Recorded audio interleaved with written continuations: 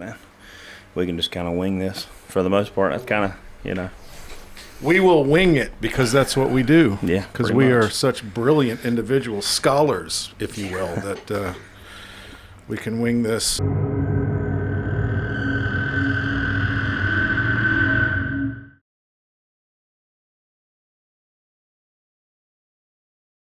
Welcome back, everybody. I think this is the fourth installment of the Hypertrophy Underground podcast. As always, my co-host Tyler Goins, I'm Rob, and we're back. And Tyler specifically requested this be the training episode, which could be one of many, but yeah. I get the impression that he's got a few things to get off his chest, so I will let that begin and sort of unveil just sort of organically. So what's going on?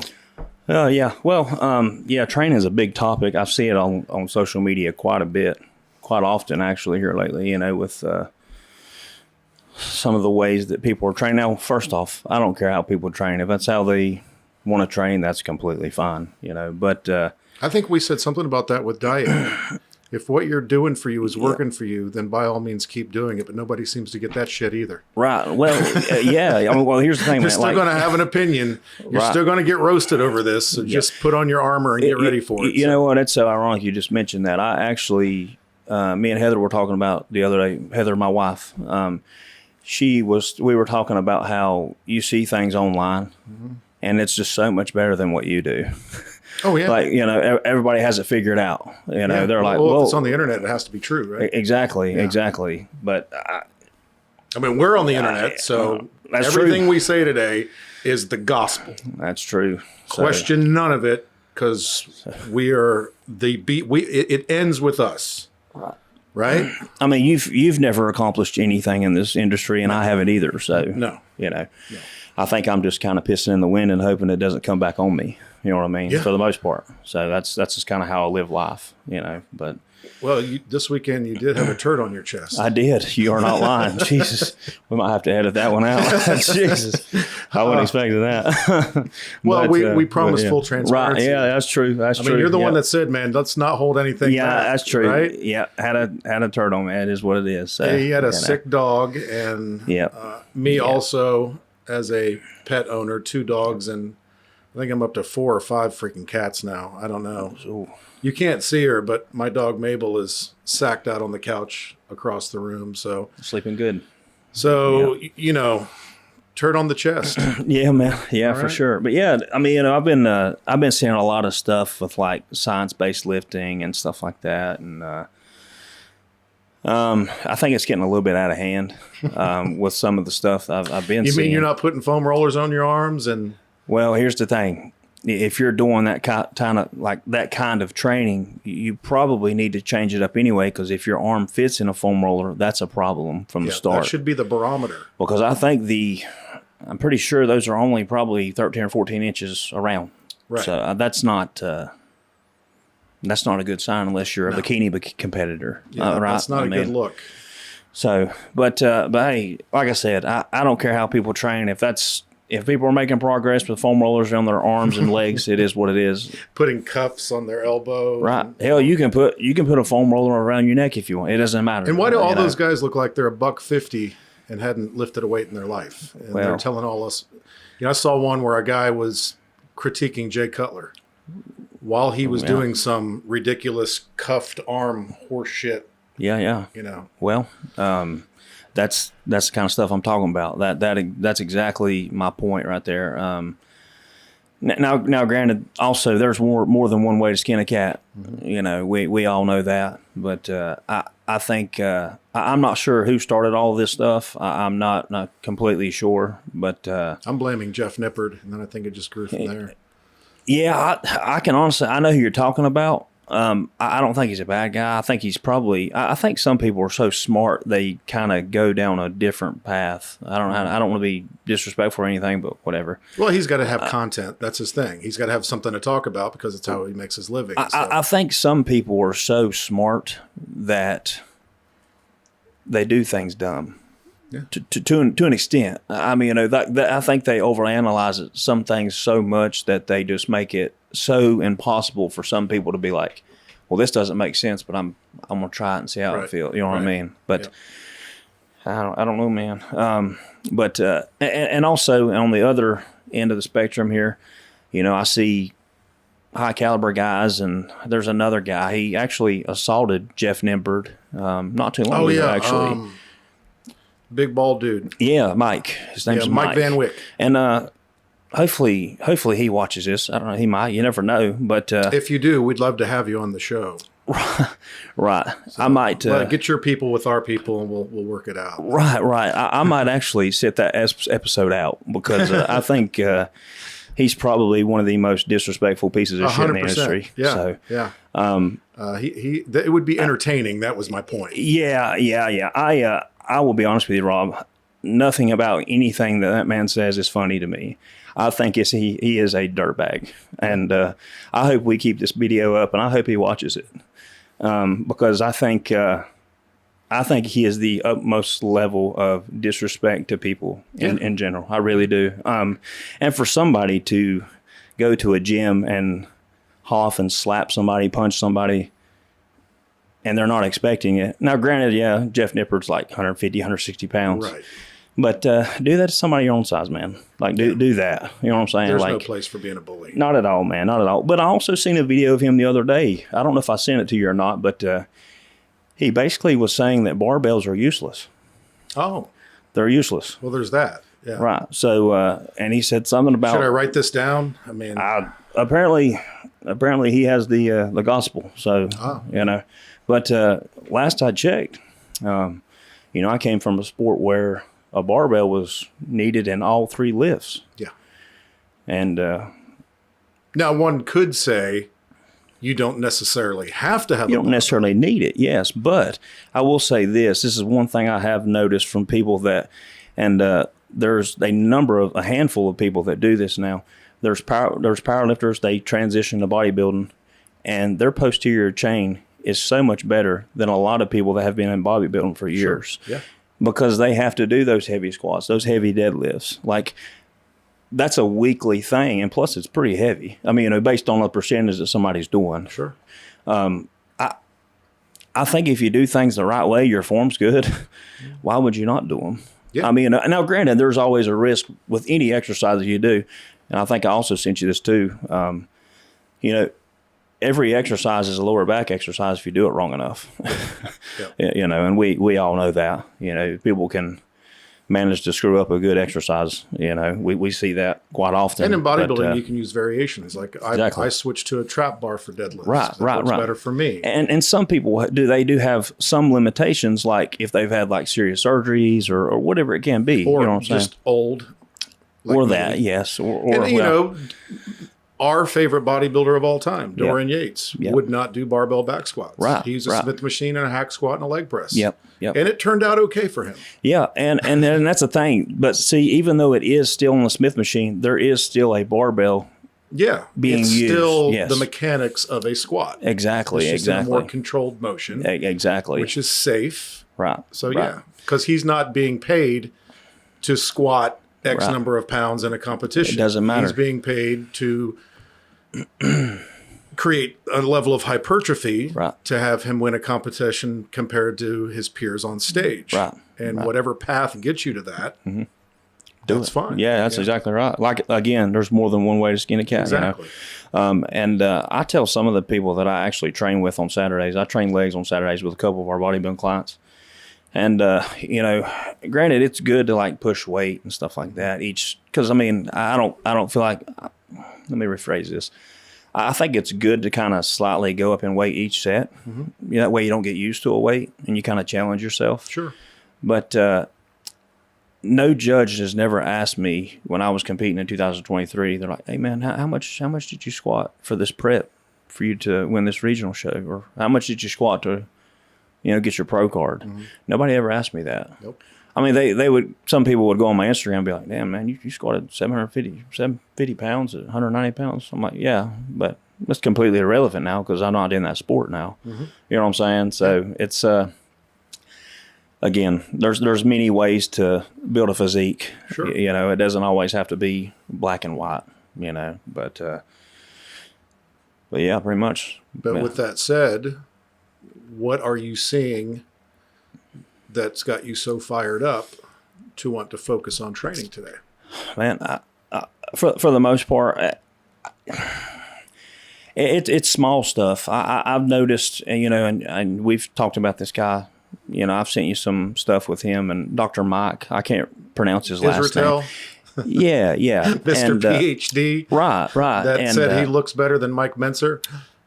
You ever see that one? Oh, unfortunately, I have, and that's not completely accurate. But hey, some people live Dorian in had this, the best response to that, by the way. Right. Well, and some people have a delusion that they truly believe in, and you know what? Hey, again, there's people are going to have their opinions, and that's just everybody's got an opinion. So if they want to voice that, it is what it is. But it's just like if somebody's got a PhD. I don't know the extent of this PhD. I have no idea. Well, he's getting some heat for that right now. Right. But anyway, that's beside the point. Well, I mean, it's just some of the videos that I see him doing, like I seen him doing a lying hamstring curl or a seated hamstring curl, and any seasoned bodybuilding person or powerlifter, anybody in the fitness industry should know that knee pad, it's a knee pad. It's not a thigh pad. It needs to be closer to the knee. Right.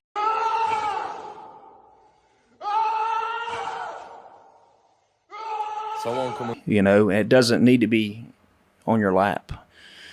You're going to get a little bit out of it because you're doing the movement, but that pad needs to be closer to the knee. Sure. It's just you're not going to get as much out of these exercises if you don't set the exercise up right. Correct. You need to, and that's the thing. Like we see, and he knows this, and this guy makes a lot of money with the app that he has. Yep. But still, that's the way that he trains.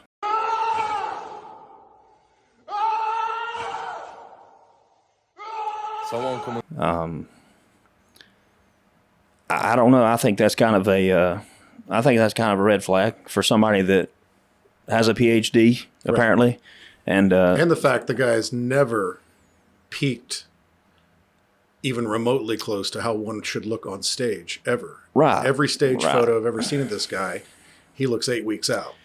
Yeah. He looks like shit. Yeah. Sorry. No, it is what it is. And some people, he has more of a powerlifting physique. Mm-hmm. I can, because he's got a wider waist. Yep. I don't know how strong he is, but he would probably do decent in powerlifting. But obviously he does bodybuilding. But to each their own, obviously. But I just think I don't know, man. I think somebody that makes a lot of money a year, and that's certain videos that they put out, and that's how they're training, doing certain exercises, and they're not really, I don't want to say necessarily they're doing them wrong, but they're not necessarily doing it completely right though either. Right. They're dropping the ball a little bit on some of these exercises, Yep. And I think especially with the newer generation, because I think in the fitness industry, you have more kids wanting to work out more than they ever have now. Mm-hmm. I mean, the industry is starting to get a little bit younger. Yeah. People are wanting to start to get into working out, which is kind of like the Chris Bumstead effect, which is a great thing. It is in that aspect of it. But the other aspect of it, we can talk about another day because I'm just touching on training, but there's always a dark cloud over bodybuilding, you know what I mean? Especially when you got younger kids listening to guys like Mike Israetel and other people that you probably shouldn't be listening to every advice that they have, but I don't know, man. I mean, the list goes on and on. I do see these videos and sometimes I accidentally refresh my phone and I can't find it again, but that's the thing. Like there's so many videos out there like that I'm just like, dang, man, this is well, the problem is you've got people that their entire livelihood is based on producing constant content. Right. And if I were to do nothing but training videos, it would start to get very repetitious. Right. I mean, you and I both probably do the same. This one might even be a stretch. 20 exercises. Yeah, I mean that's pretty reasonable on a consistent basis. Right.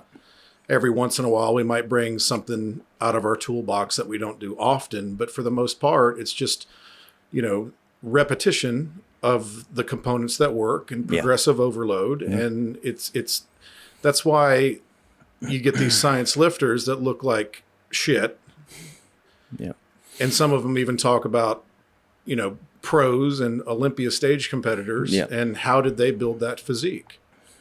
Progressive overload, lifting heavy weight with good form for the most part, unless you're Branch Warren, but he's a genetic freak, so we give him a pass. Right. And that's another thing. I mean, you can criticize Branch Warren all you want, but he's still doing a lot of the same exercises that we do. Yep. He just does it with very erratic, just doing explosive form. Yep. But, the guy also has a second place in the Mr. Olympia and is known as being, in his time, one of the most conditioned guys to stand on stage. Yeah, and honestly, you could probably even take it even further. He's probably one of the hardest working guys. Oh, for sure, one of the hardest working guys out there. I mean, he's just like a freaking bull in a china shop. I mean, it's just far be it for me to criticize Branch Warren. Right. I've seen guys criticizing Ronnie Coleman on the way he does movements. Well, yeah. I mean, see, that's the thing. Like Ronnie was obviously a genetic freak, But and then now people also see the way the shape he is in now. But I'll be completely honest with you, Rob. You might not agree with me on this, but let's say I train like that and I still get eight Olympias, but then later on in my life, that's the condition that I'm in. I think I'm still going to do that. And I know that sounds crazy to some. I know that. I get it. And to be fair, Ronnie, his doctors, and people who are close in his circle have said a lot of his issues came from a football injury. Right. And then clearly squatting 900 pounds, probably, and even Dorian said towards the end of a prep, he probably should have backed off a little bit. Yeah. Well, I mean, Dorian himself said he should have backed off a little bit. That he wouldn't have torn his tricep, torn his bicep. That is true. 6 weeks out or whatever it was. But, but then again, we're talking about two of the most prolific bodybuilders who's ever stood on this planet. What, 14 Olympias? Yeah, together. It's ludicrous to criticize these guys, and we don't know all the extenuating circumstances of Ronnie's injury. Right. So that could happen to anybody. They can. That's exactly right. I could blow out my back tomorrow and be in a wheelchair, and somebody out there is going to say that's because you did all that bodybuilding shit for all those years. Well, I mean, here's the thing. I mean, as we get older, things don't always feel the best. Yeah. I mean, we could slip a disc, picking up something at the house or something. I mean, I've never had a major injury in the gym. The worst injury I have ever had was in 1999, and I did it moving lawn furniture. Well, it tells me a lot that you remember the exact year. It was the worst. I did something to my lower back, moving some heavy lawn furniture, not in the gym squatting, not in the gym deadlifting, right. Moving effing lawn furniture, and it had me on my back for 4 weeks. Yeah. Well, and what's unfortunate that you said it was what now? What was it? Lawn furniture? You said it's lawn furniture, like heavy, like porch chairs and tables and shit. It would be better if that was on a barbell. You could probably move that easy. Then it would have been controlled and calculated and balanced. Because we know like a 600-pound lawnmower is not the same as 600 on a bar. So. No, and even recently I tweaked my lower back a little bit, but I was moving a freaking refrigerator. Off of the deck, down steps, through grass, into a backyard, lifting it over a hump, into a garage.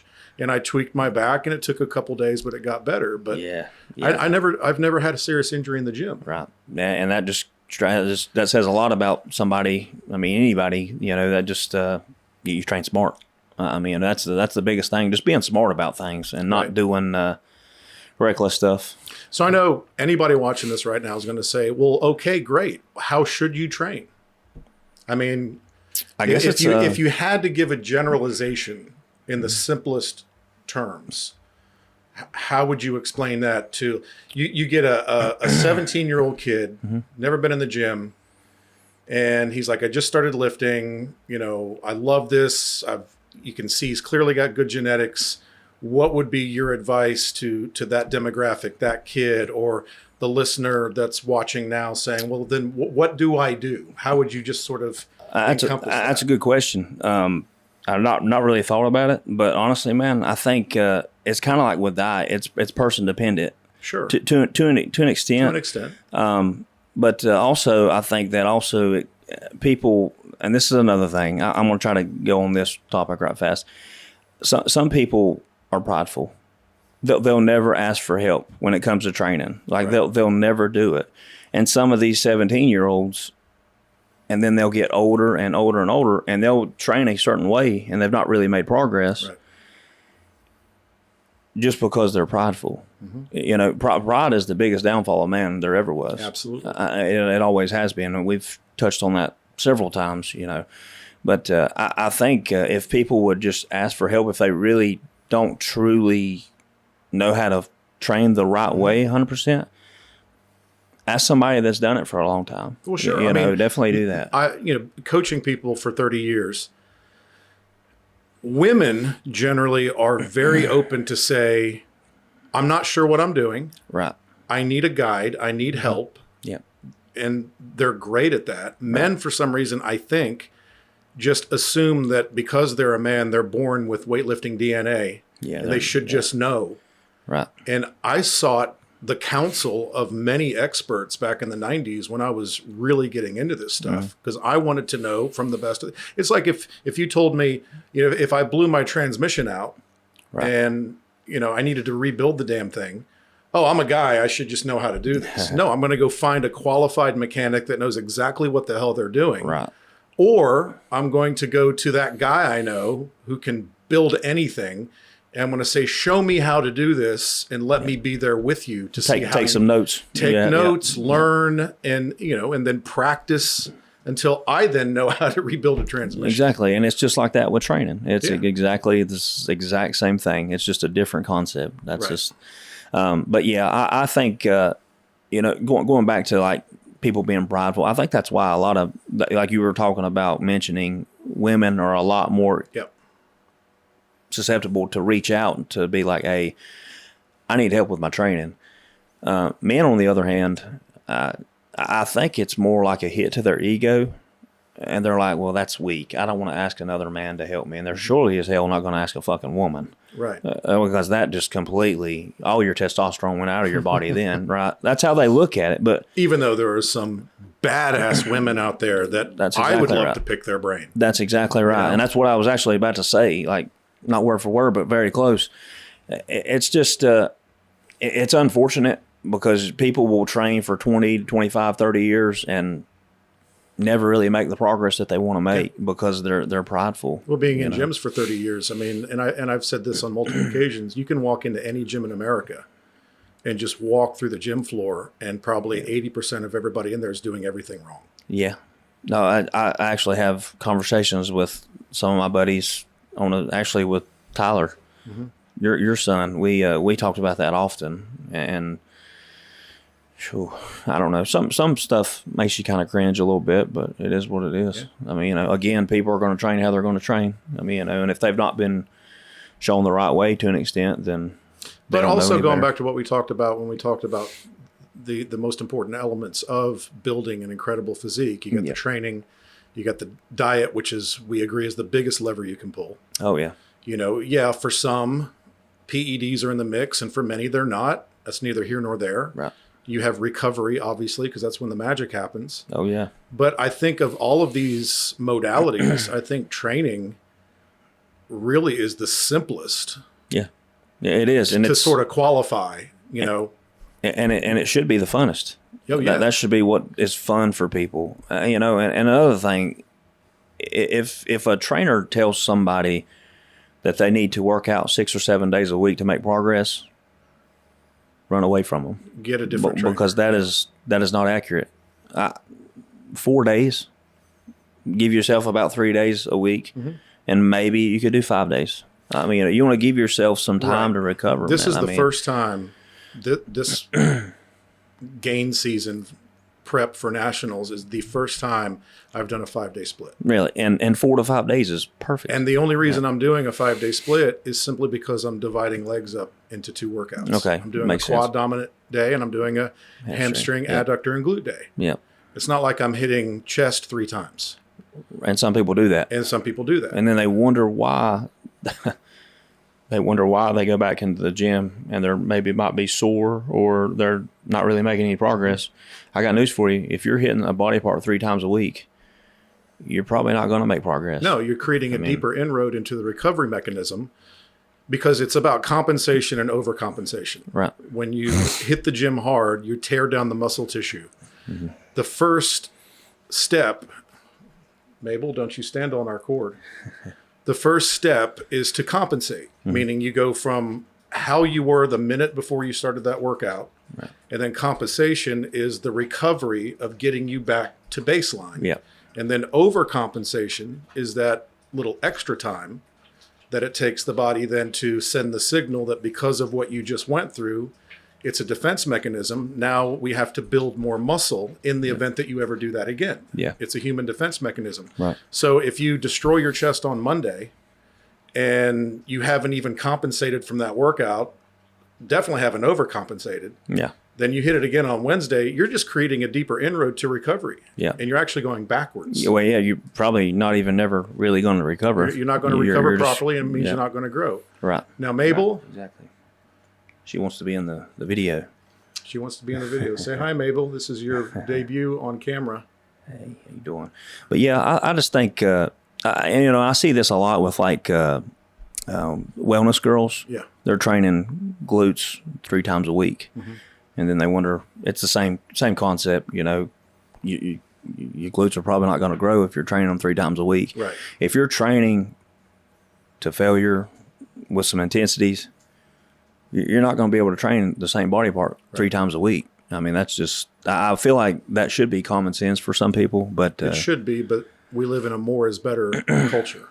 Yeah. Which that goes along with, training more often, more PEDs, and the list goes on. I mean, which is not the case that people need to do. Minimum effective dose for everything. Yes. Yep. You say that often. So yeah, and that's very, very true. I agree with you. So how should somebody train if, gun to your head, they said, hey, tell me what I need to do. Tell me the minimum. Tell me where I start. How would you address that? I think it depends on the body part. For chest training, I like to do maybe 2 to 3 exercises for chest, and the same for triceps. If I'm doing like a chest tricep bro split, that's what I like to do. 2 to 3 exercises. That's me personally. That's what I like to do. And I do that with pretty much every body part. Same for me. I mean, that's I feel like, and I see certain workout programs and people have like 7 and 8 and 9 different exercises. Jesus, man. I mean, that's you're not training with full intensity. I can tell you that if you're able to do all 8 or 9 exercises. No, because the volume thing, no, it does work for some genetic freaks out there. Right. But intensity is the key. Yeah. And it's hard to maintain peak intensity when you're pushing a workout into 12, 15 sets over an hour and a half. 2 hours for some even. Yeah. I see guys on the internet now saying they train for 3 hours. Jeez. What the hell are you going to do in a gym for 3 hours? Run a marathon. That's the only thing I can think of. I can't remember a time, and this is with a workout partner, that a workout has ever exceeded an hour. Yeah. I can't remember a time. Yeah. I always like to keep mine at most, even on training legs with other people, an hour and a half. That with like 2 other people along with me, because obviously if I'm doing it by myself, then I could probably get down in 45 minutes. And now, back to the 5-day split, my volume has even been reduced. Yeah. So on a quad day, it might be, we might do heavy leg press. Mm-hmm. We might do like a hack squat or some kind of a Smith squat or something like that. So basically a squat variation. A squat variation. Yep. And then I usually like to finish with heavy leg extensions. Yeah. Quads are done. Yeah. Yeah. 3 exercises. Mm-hmm. And but still yet you still have people that go and do all kinds of other stuff. Mm-hmm. I don't know, man. I mean, that's but it just goes along with people. If people have questions, it's okay. It's not going to be a hit to your pride, your ego. If people hire a trainer or a coach, it doesn't make you look a certain way if people ask for help. I wish. And I know I could probably name 15 to 20 people off the top of my head that are like that right now. And hopefully they watch this video. But it's not going to make you look bad if you ask for help. It never. I've had some of the most manliest guys ask me for help. I mean, it's fine, man. Like fine. I will not judging you one bit. And then women, I don't think they really care sometimes. I mean, you know, no, but they'll ask if they got a question. Nearly every top pro has a coach. Yeah, as they should, because it's better to have 4 eyes on it rather than 2. 100%. You know, it's always going to be that in way. Every athletic endeavor. You know, I don't care if you're a track and field athlete, if you're a professional cyclist, if you're trying to get into the CrossFit games or powerlifting. I mean, your favorite freaking Hollywood action actor hires a coach and a nutritionist. Oh yeah, I see those videos all the time. All the time. Yeah, I mean, that's why, and it's the ones that are most engaged in the process.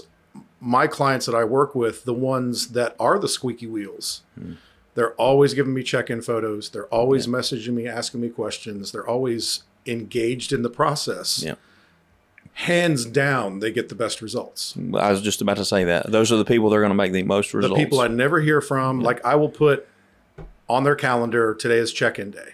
Yeah. Do your photos, do your body metrics, report back, and then I'll even ask questions like, how's your sleep? How's your performance? Because that's the intel that we need to keep them moving forward. And, you know, 7 times out of 10, I won't get that feedback. And the 3 that do give me the feedback, it turns out they're also getting bigger, they're getting stronger, they're getting leaner, they're getting incredible results. Imagine that. Yeah, that's wild how it works. But, you know, you can lead a horse to water, but you can't make the damn thing they're not always going to drink. They'll just have, I don't know. Yeah, you see it often. It's unfortunate, but people don't let your pride be your downfall. If you need help, ask for it. Yep. You know, no matter how, it doesn't even matter. It don't even have to be about training. It could be anything. Could be about anything. I mean, it's never a bad day to learn something. Yeah. I mean, it's just, and oftentimes it's the psychological component too. They're going through something. There's doubt, and you need to walk them through that doubt. And like when I do my online consultations, you know, oftentimes I'll get somebody that I'm consulting with that has a very good grasp as to what they're doing. Yeah. And what they were really looking for in this world of confusion and too much information, they were just looking for a reinforcement of their belief system. Yeah. So if I talk to them for an hour and say, yes, that's right. No, you're on the right track. Right. Let's make a little tweak there. Oftentimes at the end of that hour, they're like, thank God, I just needed somebody just to reinforce my belief system. Yeah. So I'm not completely always, you know, being distracted by all the bullshit that they're getting, you know, dumped on by the internet. Yeah. You know, the social media is the world's worst for just not just this, but everything. Yeah. I mean, once social media started blowing up, I mean, honestly, that's when our society started going downhill too. Yeah. I mean, I'm not even getting into that topic, but that's for another day. In all aspects, when you get the guy that tries to convince you that 12 months out of the year, he's 6% body fat, and it's okay, that's sustainable. Yeah, that's right there. That's the first thing you should say. Right. I'm checking out with this guy. Well, and not to mention, if somebody's 6% year round, I can only imagine what your blood work looks like. Oh yeah, because you're taking. They're going to do. They go beyond what a competitive bodybuilder does in terms of, you know, we do know that anything in competitive bodybuilding carries risk. Yes, without a doubt. But you lessen the risk by being intelligent and cycling everything, the training, diet, whether it's PEDs. We know we don't want to be in a long-term caloric deficit. We know we don't want to be in a long-term surplus. We know we don't want to have, you know, super high intensity 5, 6, 7 days a week, like you referred. You know, it's about reducing risk by being intelligent with your season and how you approach the season. These guys that are making their living by convincing you by spending $39.95 on whatever horseshit program they're selling, or even worse, a pill or a powder. Right. They're charlatans. Yeah. They're grifters. Right. Yeah. So you get somebody like you or me that it's just about blood, sweat, grit, work, and an intelligent, structured approach throughout the year. It's like right now, I did a show. I got down to super low body fat. Probably 4 or 5%. Yeah. There's no way on earth I'd ever want to remain there. Oh God. It's a horrible place to be long term. No, that's not. And now, I went from, there were days where I was taking in, 1,800 calories. Yep. And now I'm at like 4,200 calories. Right. As it should be. As it should be. Right. Because your show was what, 8 weeks ago? Something like that. Okay. Yeah. So. And now, I was 191 point whatever on stage. And this morning I woke up 216. Okay. I didn't know that. I was going to say 215. 216 this morning. That's a reasonable weight gain after a show. Yeah. And I still have lightly exposed abs. Yep. Still vascular, not getting fat. Yep. Don't have any love handles. Yep. So I'm monitoring it so I don't go off the rails. Yep. And, Thanksgiving is coming up. And, funny thing, just completely off topic, people will message me and say, well, how are you going to eat for Thanksgiving? Have one free meal and call it a day. Or even, personally. Even this, if you're doing, like if you're a client and you ask me that, if you're doing everything I tell you to do throughout the year, which is basically living a 90-10 lifestyle, because nobody's 100%. Yeah, a lifestyle client, yes, probably 90-10. And then I'll say, on Thanksgiving Day, guess what I'm eating? Whatever the hell I want for that one day. Right, yeah. And I will wake up the next day, maybe a pound up, just from excess glycogen and some water. Right. And then I go right back to the plan, and I'm fine. And the reason I say one meal, especially on holidays, is because if I'm eating too much, me personally, I get sick. Yeah. So I can't do that. But again, that's when you listen to your body. Listen to your body. You have to listen to your body. And another thing, I know this is completely off topic, but you're talking about the weight gain after the show, which is very reasonable, 191 to 216. Also that's going to keep you insulin sensitive also, because if you're getting so heavy, okay, let's say for example, you're not, but let's say you're 240 right now. Oh yeah, that'd be a problem. That's not good. That's not good. And it's going to show up on your blood work also. 100%. That is, and you would be surprised. Actually, no, you wouldn't. You've done this long enough to know. I've seen them turn into water buffaloes. I can't even believe I even said that you'd be surprised. Jesus Christ. But I don't, just have some discipline. It's not, I say that's not hard. Now for me and you, that's not hard, but for probably, I don't know, what do you say percentage of Americans have problems with eating? Probably 95%, maybe more. Yeah. I mean, it's easily, just, which is unfortunate. Well, I think now it's like 40% are clinically also, I was way obese. off. Oh, okay. Oh, you're talking about obese. Okay, I got you. And that's of just what's been recorded. It's just getting worse. Childhood obesity. You see it all the time now. It's getting the higher and higher and higher all the time. But yeah. You have to have a rational, reasonable approach to everything you do. It's got to be calculated. I mean, we live in the greatest temptation culture of all time. You can't go into Home Depot and buy a fucking screwdriver without being tempted by candy and chips and soda at the checkout counter. Right. When I'm pretty sure, and I don't know, don't quote me on this, but you go to a gym in Lenore, I don't judge you for this. I don't at all. So don't, But do they have candy at the front counter? Well, Lenore, for you who don't know, is the podunk town that I live in beautiful Western North Carolina. Yeah. And there might have been some Tootsie Rolls. Is there really? Yeah. Jesus. Okay. You just got to make everybody happy, man. Don't be such a Scrooge. You're right. I don't know why I act like that. Everything in moderation, Tyler. That's true, including candy. Including candy, apparently. Including candy, okay. Well, but back to the Thanksgiving thing. Yeah. My daughter is going to bake a bunch of decadent, outrageous shit. Yeah. And I'm going to eat some of it. Yeah. But I'm not going to continue to eat it. Right. The day after and the day after and the day after. Yeah. But I'm also in a season where on a particular Saturday night, if me and my wife go out to dinner and I say, sure, I'll have a slice of that cheesecake. I heard it's freaking amazing. Right. I'll be fine. It's not going to put 5 to 10 pounds of fat on you to do that. That's not the way it works. Right. So. But now, again, if you do that every day, that's where it becomes a problem. World of shit. It's just like with the carb cycling that everybody can, every single day I get 5 messages a day asking how that works and how to do it. Yeah. And I was sort of laying out, well, I have this many carbs on this day based on my weight, my goals, my genetics, where I'm at in my prep. And like for this particular meal might be, 1.5 cups of white rice and this many grams of chicken. And the comment was, oh, if I were to eat that white rice, I would just continue eating rice. I know exactly the comment you're talking about. Yeah. And if that's the case, that's a discipline issue. Yeah, that's just a discipline issue. And I also don't understand that. Maybe I'm wrong. Maybe I'm just an outlier. But when I sit down and have, 8 ounces of chicken breast and a cup and a half of jasmine rice and maybe a slice of avocado, I eat that meal. I don't want to go have more. No, I'm good. That's a good moderation of food. It's right not there. hyper palatable right. with a high combination of shitty carbs and shitty fat. Yeah. Which those two combined is what makes you want to continue eating. Right. That's why you can't just have one damn potato chip. That's why you eat 6 donuts. That's why you have the entire pizza.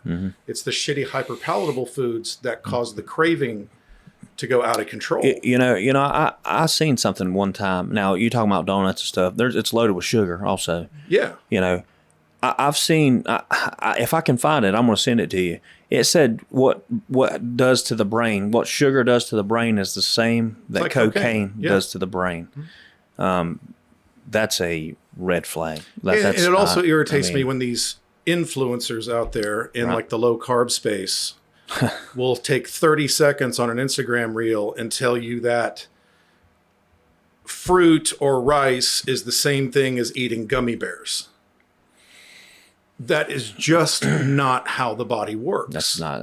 It's ridiculous. Man. And they are just fear-mongering everybody out there to adopt their principles because they're earning something from that exposure. Right.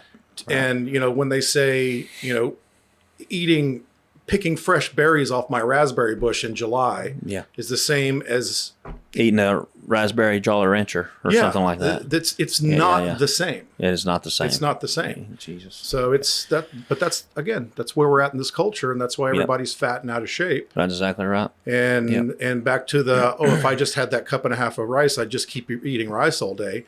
Okay, well then you don't need a trainer, you need a freaking therapist. Yes. Yeah. Because if you can't stop eating fucking rice, you have a problem. Well, plus, I like rice, but I don't like it that good. No, I don't like it where I'm going to eat 5 cups of it. No. And I'm not going to go walk back into the kitchen and sneak some more rice 30 minutes after I just had rice. No. Who does that? Well, that's just, again, this goes along with everything we're talking about, just having a little bit of common sense. Yeah. Which I know is not very common anymore. I think we got off the training episode. Well, we did.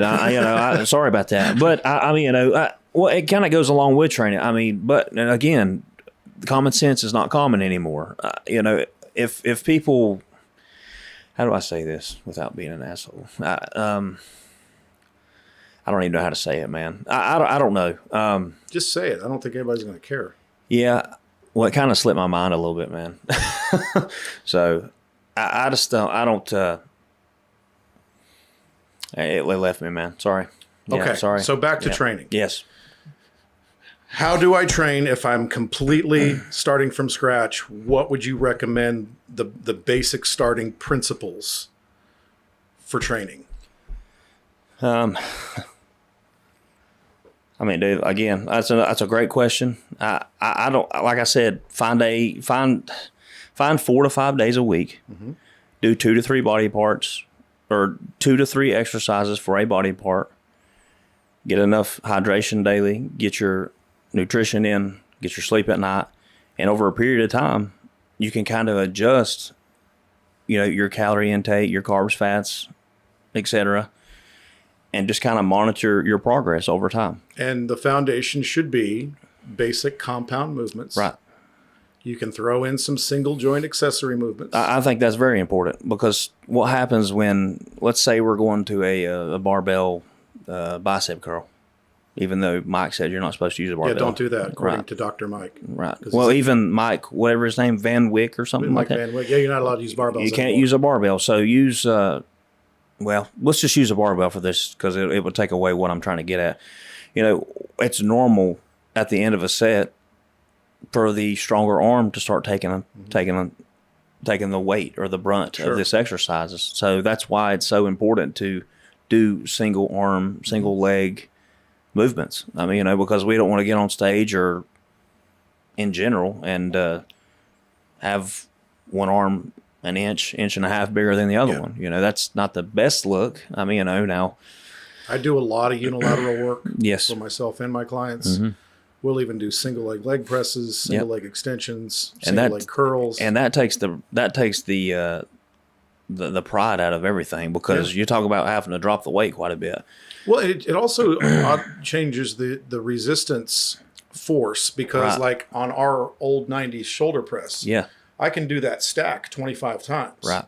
But I can put that son of a bitch on 50, one arm, and it's challenging. It's hard, yes. And you would think, just from basic math, Yep. that wouldn't be the same. Right. But it changes everything Oh, when it you go does. to unilateral movements. It does. And talk about that shoulder press. I actually, when I did that the other day, actually, and I actually felt it in my core a little bit, because I had to kind of stabilize it a little bit more. Last month and a half, we've been doing single arm overhead press on that machine. I love it. Oh yeah, I was actually, which is kind of wild. I did it the other day. I think it was Zach and Tyler, and my core was actually semi-sore the next day. Yeah, now, you have to stabilize when you get unilateral too, because you'll fall off the side of it. Yeah, you'll fall off. Obviously, can't do the exercise if you fall off the machine. Yes. You know, we don't want to do that. Remember, kids, don't fall off the equipment.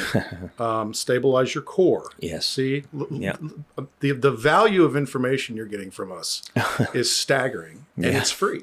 It's free. Yeah, just go on YouTube and type in Rob Goodwin, and it'll pop up. You know, so it'll pop up, but clearly I'm not making the same money as Mike Van Wyck or Mike Israetel.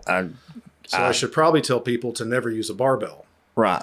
And I should probably put the seated hamstring curl pad up on my crotch. Yes. Instead of by my knees. Exactly. Because the engagement's going to be better, apparently. Right. Well, and also, let's go even further with that, Rob. Now I'm just sounding like an asshole, and I don't really care. It doesn't matter to me. If the first rep looks like the last one, just keep doing it. Yeah. Just keep doing it. You do not want to exert too much energy, too much exertion in these exercises. You don't want to do that. Right. That's the last thing you want to do. You don't want to break a sweat. Girls, you go into the gym with a face full of makeup, don't mess it up. Keep that tripod pointed directly at you so you can post it on Instagram. Right. And and when it's chest day, we still need to see your ass cheeks in the video. Yeah. Okay? Yoga pants and ass shots. Yes. More ass shots, because that's apparently what everybody's wanting right now. Right. So. Well, and pull the shirt down a little bit too. But you got to make it look like, it's just because I'm sweating. Right. You know, I'm hot. Pull this down. You know. That's exactly right. Yep. Because that's engagement. Exactly. And it gets you likes. Nobody's looking at my YouTube to see my ass. I guarantee you that. Right. So clearly I'm doing something wrong.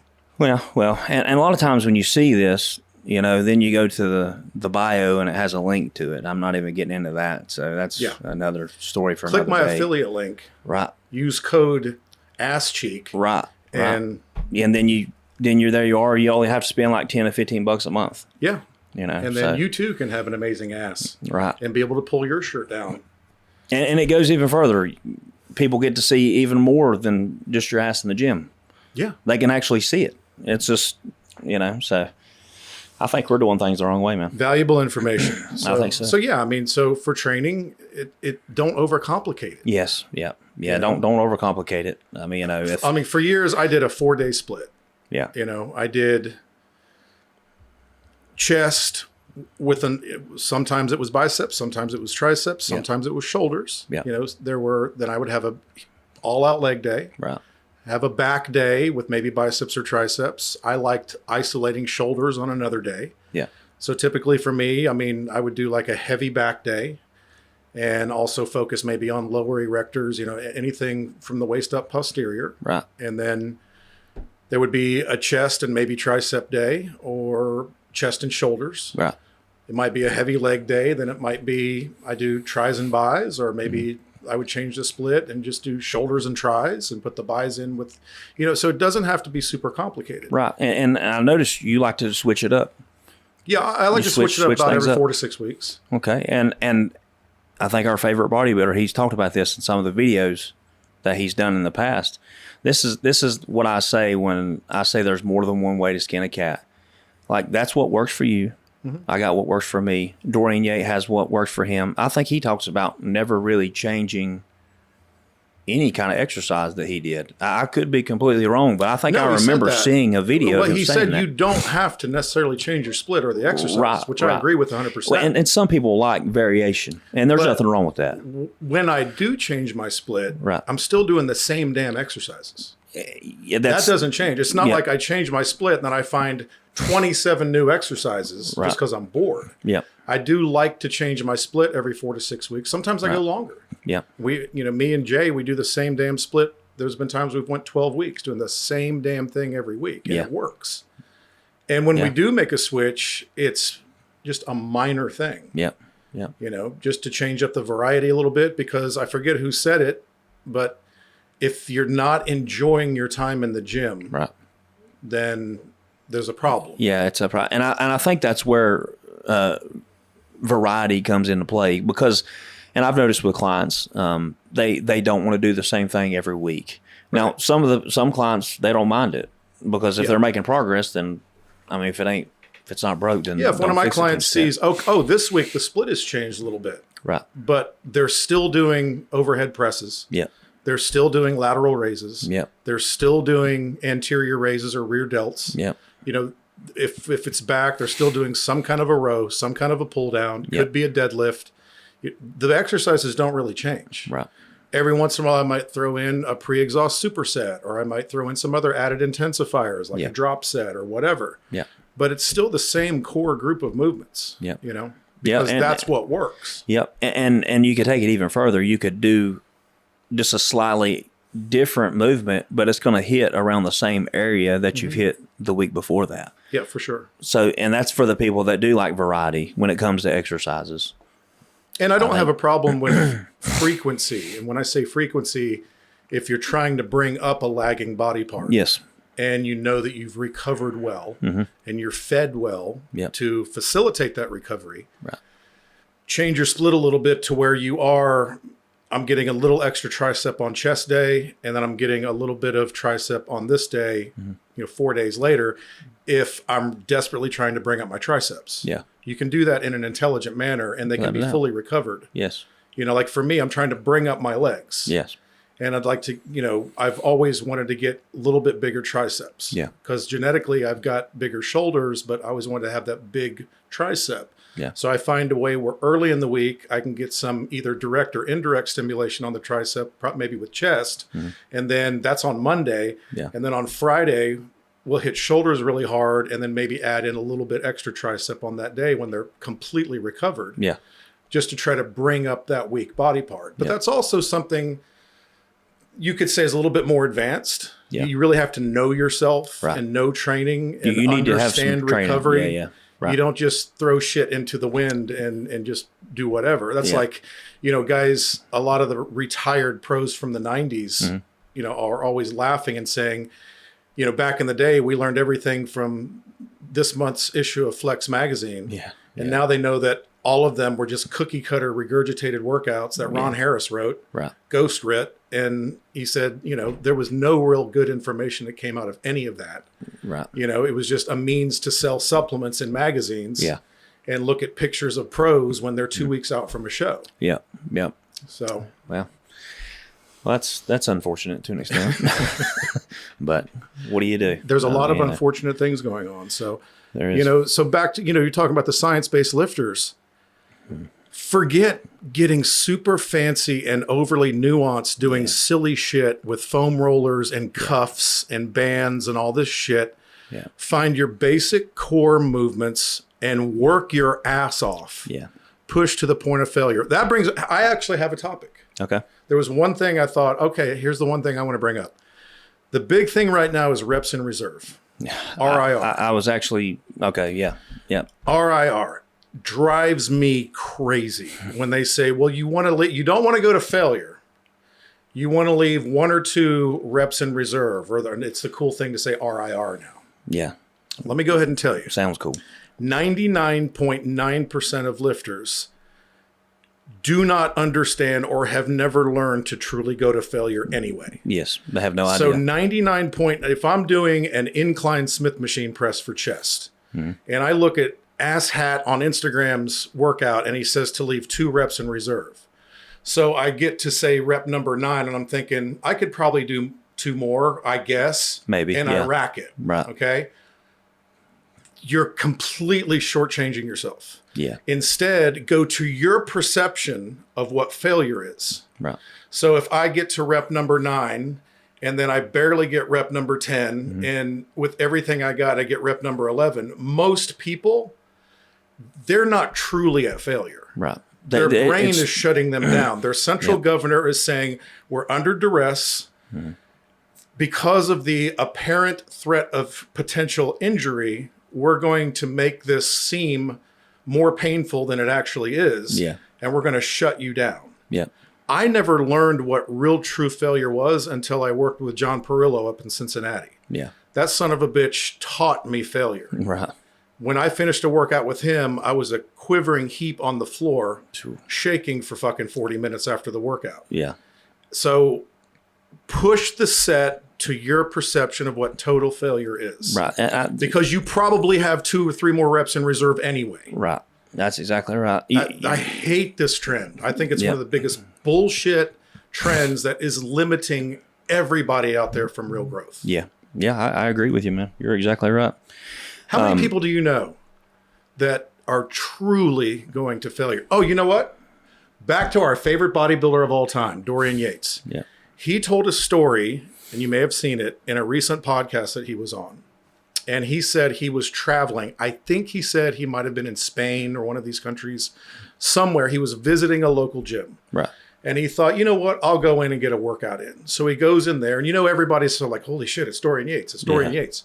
So he's in there kind of doing his thing. And apparently this one kid, local kid, had the balls to walk up to Dorian and say, Dorian Yates, I'm a huge fan. Would you spot me on a set of squats? Just so I can say that Dorian Yates spotted me. Right. And Dorian said, you know what? What the hell? So he said he did it. So this is from Dorian, not me. So he said he went up to the kid and the kid put weight on the bar. And Dorian asked him, how many did you get with that weight the last time that you did it? And I think the kid said something like 9 or 10, right?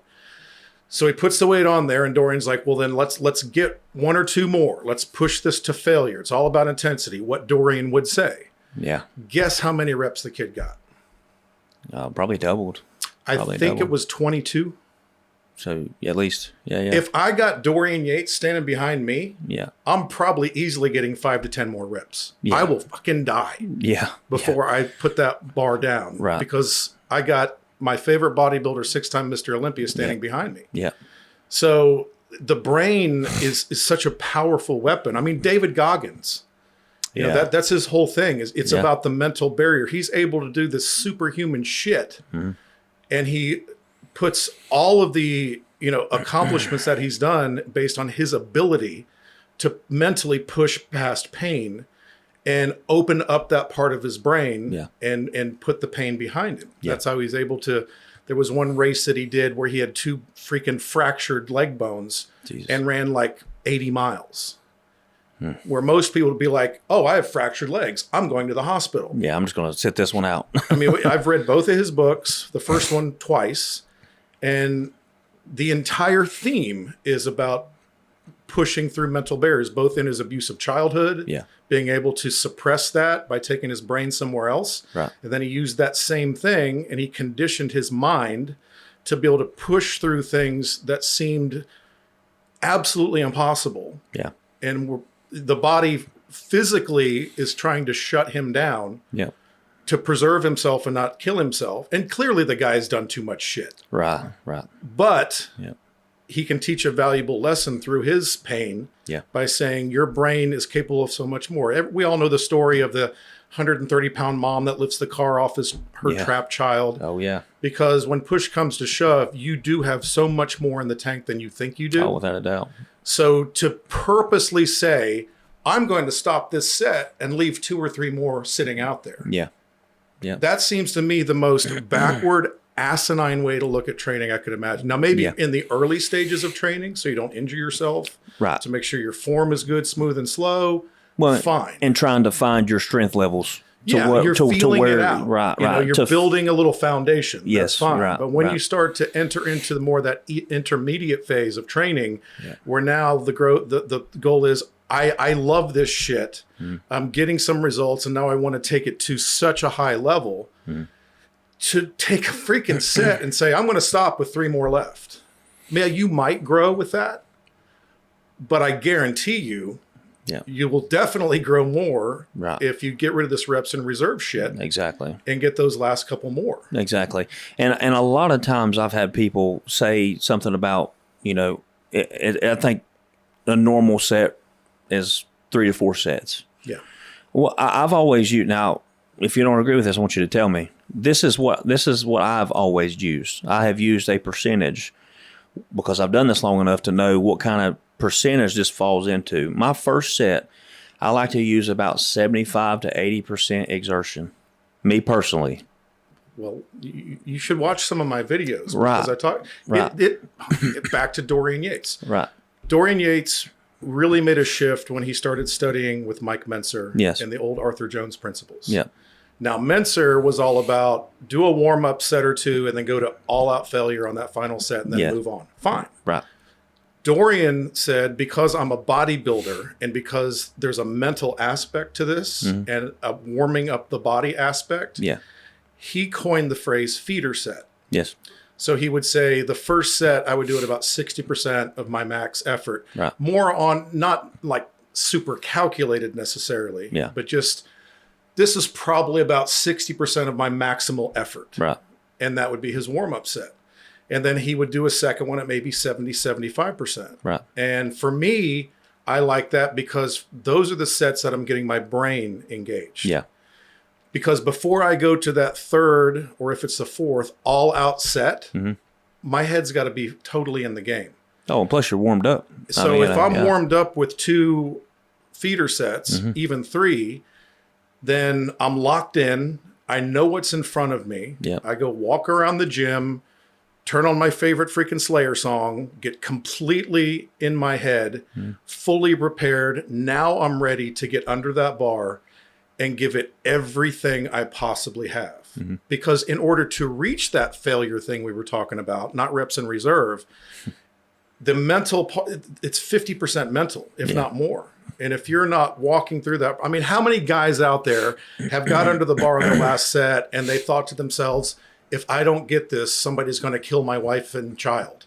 We've all thought dumb shit like that before a final set. You know, we're trying to psych ourselves up. Yeah. Well, with 700 plus pounds on my back in the past, you kind of have to. You have to. You know, I can't go up to it and just kind of dust the bar off. And I mean, you got to. You need to be leaving 2 or 3 in reserve from now on if you want to grow. If you want to be good, I think you could be good at this, but you're approaching this all wrong. That's true. That's true. Yeah, you're right. Yeah, if you work really hard, maybe you could do well in this sport. I'll give it a go when I get completely ready to go again.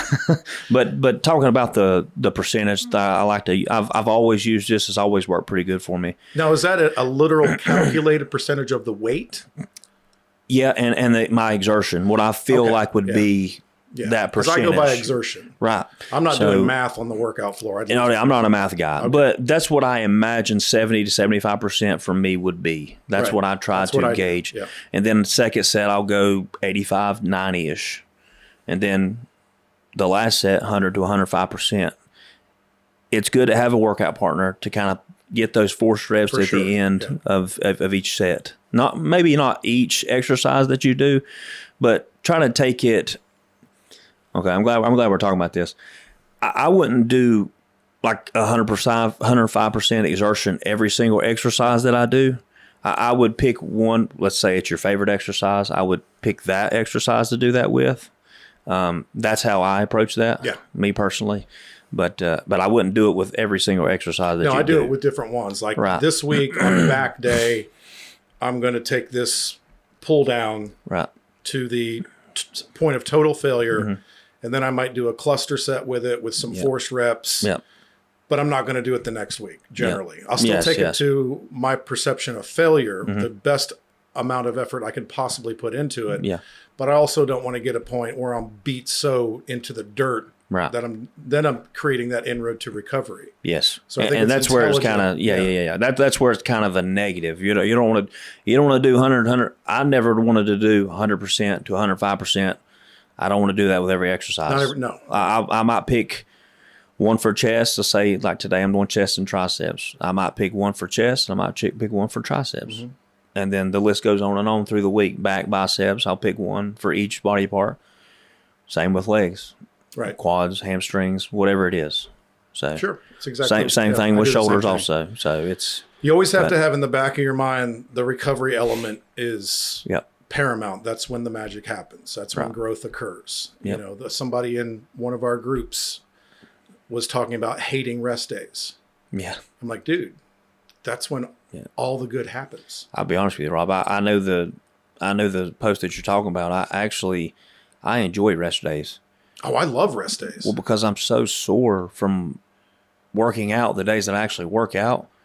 Like I'm thankful for those rest days. Yeah. I feel like now, don't take this and run with it. I'm just saying this. I'm just saying it in general. People that hate rest days, you're probably not training hard enough. It's exactly. And I am not trying to be. I'm not trying to be mean. I'm not trying to be any certain way. It's true.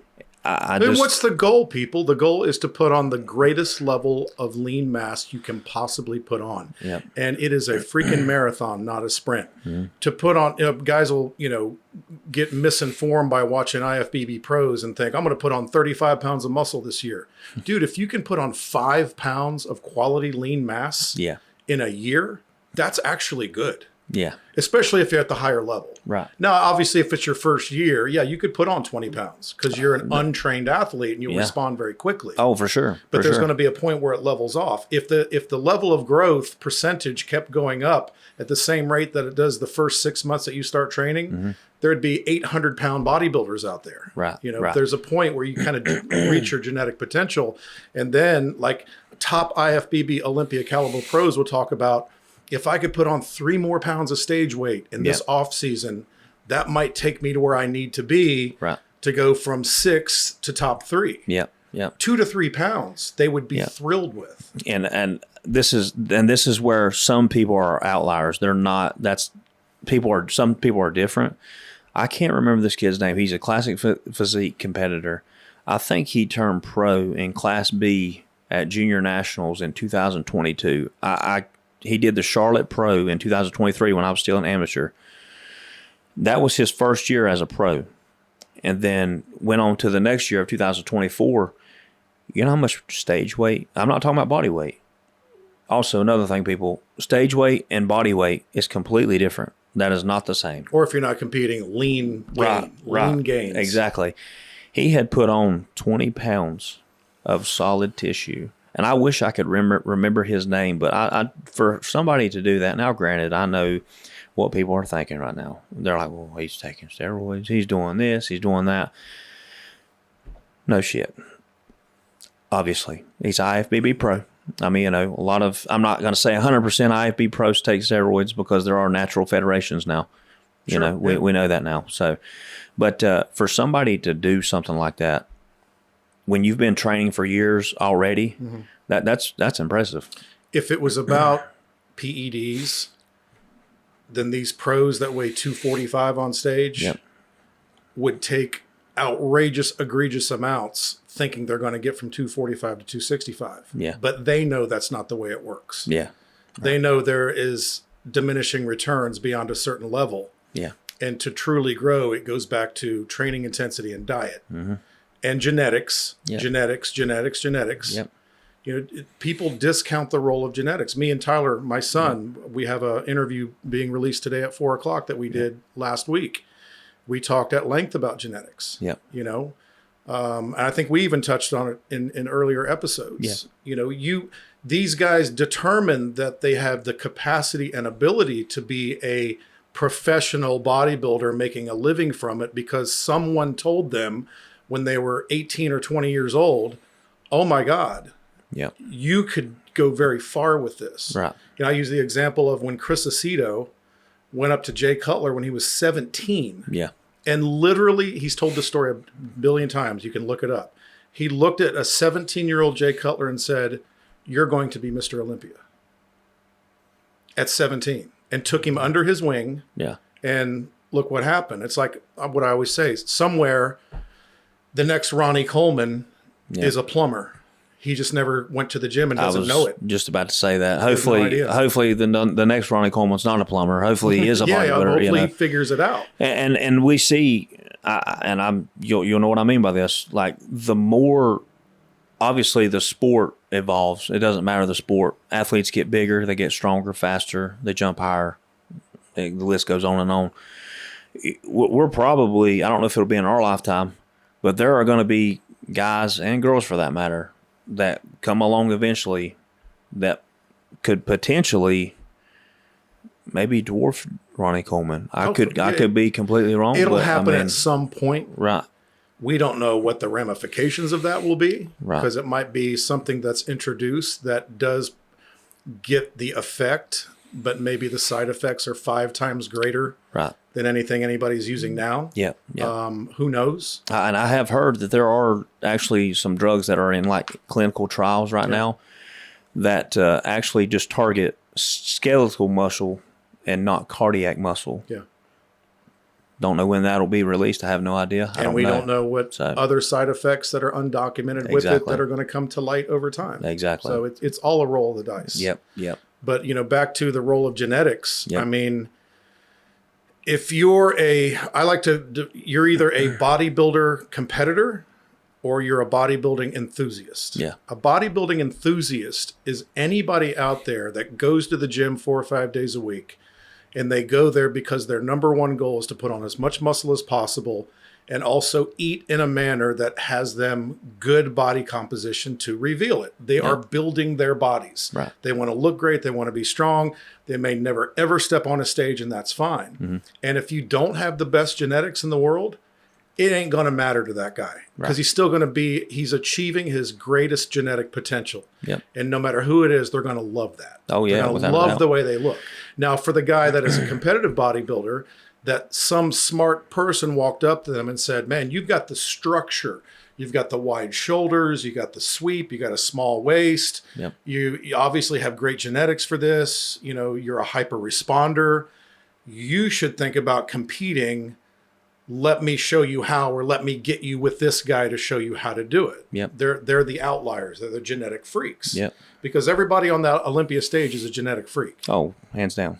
I mean, it's not just because hard work is a thing, but you got guys out there that are working just as hard that just don't have the genetics and the structure, and they don't respond as well to be able to stand on a pro stage. Not even Mr. Olympia, but just like doing freaking Tampa Pro. You're just being a pro. Yes. That genetics, it begins with genetics. Mm-hmm. Yep. That's exactly. And it's the guys that have the superior genetics, both with being a hyper responder, the way they handle PEDs, the way their bodies are built. They have a higher level of capacity to be in the top less than 1% of all other bodybuilders out there. Right. It's just like NFL wide receiver that runs a 4.2 40. He's just an absolute freak that freaking eats McDonald's all day. No matter what he does, he's a freak. Yep. What's the percentage of college football players that actually go to the NFL? It's very small. It's very small. Yeah. And from the ones that do make it from college to the pros, what's the percentage of pros that have a long standout career? Yeah. That's even smaller. I don't know if you remember, but I actually said that to somebody on our page not too long ago. Yeah. There's different levels of professional. Some people stand out. Some people are just kind of a role player. Yep. Well, I did cycling, which I really enjoyed years ago when I took a break from bodybuilding. I actually really enjoyed that. You know why? Because it was fucking hard. Yeah. And I like hard things. Yeah. And I don't have the genetics to be one of these cyclists that can climb a fucking mountain. Yeah. Fly. I would run into these guys that were just genetic freaks in the endurance realm. Yeah. That were just superhuman.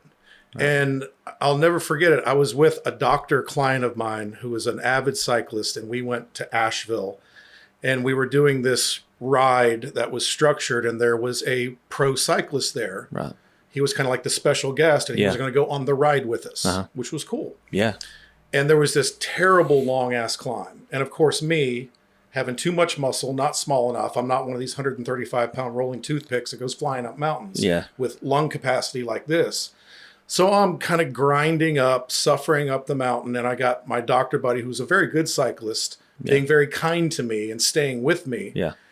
And he made a comment that when we left on the climb, probably about 3 miles back, the pro cyclist hadn't even started yet. And he made the joke when we were just getting maybe a quarter mile away from the top of this climb. He said, "Hey, we're beating a pro cyclist. Ha, ha, ha." It wasn't 3 minutes later, we heard, whoo, whoo, whoo, whoo. Guess what that was? That was the pro cyclist flying past us like we were standing still. They're genetic freaks. This guy is a freak. Now, of course, they train hard. Right. But everybody trains hard. Yeah. There are just people who have the genetic superiority to be great at certain things. Right. Doesn't mean if you're an accountant from Cleveland who wants to look great and loves being in the gym, that you can't produce the best genetic version of yourself that you can. And if you do that, if you put in the work to do that, you're going to be thrilled with that. Yeah. Yeah. You're not going to turn pro bodybuilder. Nah. But you're going to be anywhere you go in your social life or your professional life, you're going to be the freak. Yeah. And that's a cool place to be. Yeah, without that. Well, it's like you say, be the freak in the room wherever you go, both mentally and physically. Yeah. You know, how many times have you walked into fucking Target and you look around and you don't even have to say anything? And it's not arrogance. Right. Sometimes it's even a sad thing. Yeah. That you can look at 300 people in your local Target and you think to yourself, I am the most jacked, fit, badass guy in this entire freaking store. Yeah. Yeah. And it really shouldn't be that way. No. I would, which, you know, life's always about choices. You know, choices. People have choices how they want to live and how they don't want to live, you know. Discipline, consistency, grit. Yeah. You know, it's all part of the recipe. That's exactly right. And back to recovery, an analogy I use all the time. You go through all this work to put all the ingredients in to bake a cake, and you're stirring it and you're mixing it and you're doing all the work. Yep.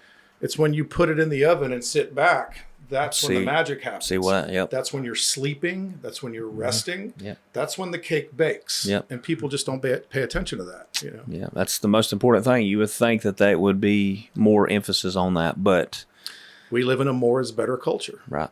That's exactly right. The more you can do of anything, the better you're going to be. Yep. It's like these people that wear it like a badge of honor that I only sleep 3 hours a night because I'm grinding, man. I'm grinding. I would feel. No, you're an idiot. I would feel terrible, man. You're an idiot. No way. Yeah, get 8 hours of sleep. Yeah. You'll be better at everything. No, without a doubt. It's not a badge of honor to be sleep deprived. Nah. Yeah. Well, it's like you hear these rappers in these songs like I don't talk about not sleeping and stuff like that. Come on, man. Like no. Jesus, dude. This has been a good one, man. Gosh, that went by quick. Yeah. I think we should give these people a break. Yeah. This was the kind of training episode, which we'll be somewhat. touching on again, I'm sure, very, very soon. Oh, but this was fun. Yeah, man. We need to do more of these where we don't plan shit. Tyler just walked in the gym. I turned on the camera. He sat down and we started talking. Hope you guys enjoyed this. Hit the subscribe button. Do us that honor. Hit the thumbs up. All the things. And we'll be back, in a week or so? And do another one. So, man. Yep. Yeah. Sounds good. All right, man. We're out.